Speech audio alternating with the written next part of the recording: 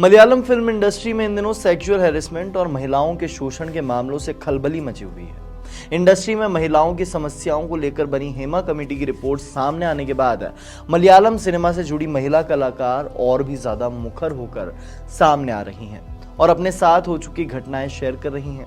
इसी सिलसिले में सामने आया एक्ट्रेस मीनू कुरियन का मामला अब बढ़ चुका है। मीनू ने एक फेसबुक पोस्ट में मलयालम इंडस्ट्री के कुछ एक्टर्स और टेक्नीशियंस पर फिजिकल और वर्बल अब्यूज का आरोप लगाया था।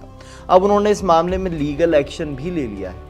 लेकिन आखिर क्या है ये हेमा कमेटी की रिपोर्ट और कौन कौन अब आ रहा है इस मामले में सामने, चलिए आपको बताते हैं इस वीडियो में। सबसे पहले जानते हैं कि आखिर क्या है हेमा कमेटी की रिपोर्ट।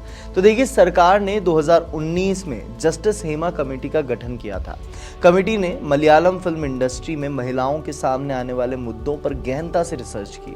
अब इस रिपोर्ट में महिलाओं के साथ होने वाले यौन उत्पीड़न, शोषण और दुर्व्यवहार की इंपॉर्टेंट इंफॉर्मेशन सामने आ रही है। सरकार को रिपोर्ट सौंपे जाने के 5 साल बाद रिपोर्ट की एक कॉपी आरटीआई एक्ट के तहत मीडिया को अब दी गई है।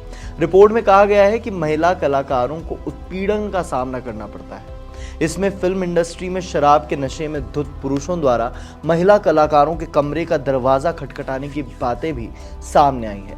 इस रिपोर्ट में यह भी सामने आया है कि यौन उत्पीड़न की शिकार हुई कई महिलाएं डर के कारण पुलिस में मामला दर्ज नहीं करवाती थी।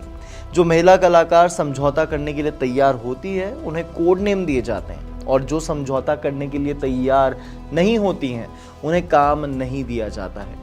रिपोर्ट में कहा गया है कि सिनेमा में अभिनय या किसी अन्य काम के प्रस्ताव महिलाओं को यौन संबंधों की मांग के साथ दिए जाते हैं। महिलाओं से समझौता करने के लिए कहा जाता है, जिसके तहत उनसे यौन संबंध बनाने के लिए भी कहा जाता है। मीनू कुरियन ने दर्ज करवाई शिकायत। तो देखिए, जानकारी के मुताबिक मीनू ने उन सभी 7 लोगों के खिलाफ ईमेल के जरिए सेक्सुअल असॉल्ट की शिकायत दर्ज करवाई है, जिन पर उन्होंने अपनी फेसबुक पोस्ट में आरोप लगाए थे। इसमें मलयालम एक्टर सीपीआईएम विधायक मुकेश, एक्टर जयसूर्या और इदावेला बाबू के नाम भी शामिल है। मीनू ने बयां की आप भी थी। मीनू मुनीर ने फेसबुक पर एक लंबा चौड़ा पोस्ट शेयर किया था, जिसमें उन्होंने लिखा कि मलयालम इंडस्ट्री में मुझ पर फिजिकल और वर्बल अब्यूज की घटनाओं को रिपोर्ट करने के लिए ये लिख रही हूँ। इसमें शामिल थे मुकेश, मनियन पिल्ला राजू, इदावेला बाबू, जयसूर्या, एडवोकेट चंद्रशेखरन और प्रोडक्शन कंट्रोलर नोबल और विचू। 2013 में एक प्रोजेक्ट पर काम करने के दौरान इन व्यक्तियों द्वारा मुझे शारीरिक और मौखिक दुर्व्यवहार का शिकार होना पड़ा। मैंने सहयोग करने और काम जारी रखने की कोशिश की, लेकिन दुर्व्यवहार असहनीय हो गया। परिणाम स्वरूप मुझे मलयालम फिल्म उद्योग छोड़ने और चेन्नई शिफ्ट होने के लिए मजबूर होना पड़ा। मीनू ने आगे ये भी लिखा कि मैंने एक अखबार के आर्टिकल में दुर्व्यवहार के खिलाफ बात की थी। अब मैं अपने द्वारा सहे गए आघात और पीड़ा के लिए न्याय और जवाबदेही की मांग कर रही हूँ। मैं उनके घृणित कार्यों के लिए उनके खिलाफ कार्रवाई करने में आपकी सहायता का अनुरोध करती हूँ।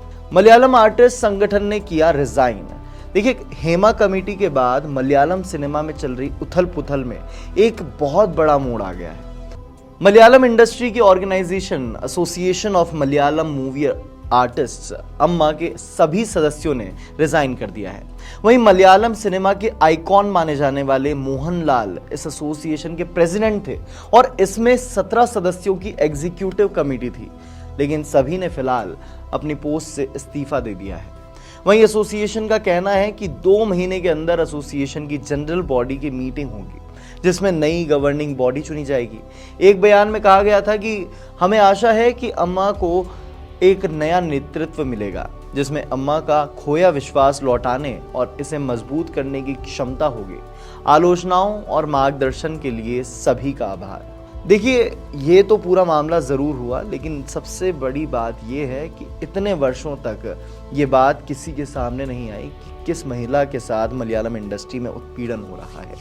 अब तक कितनी महिलाएं इस समस्या से गुजर चुकी होंगी, ये सोचने वाली बात है। आपका क्या कहना है इस पूरे मामले पर, हमें कमेंट सेक्शन में बताएं और ऐसी तमाम डिटेल्ड स्टोरीज़ के लिए देखते रहें इंडिया टीवी शोबज़।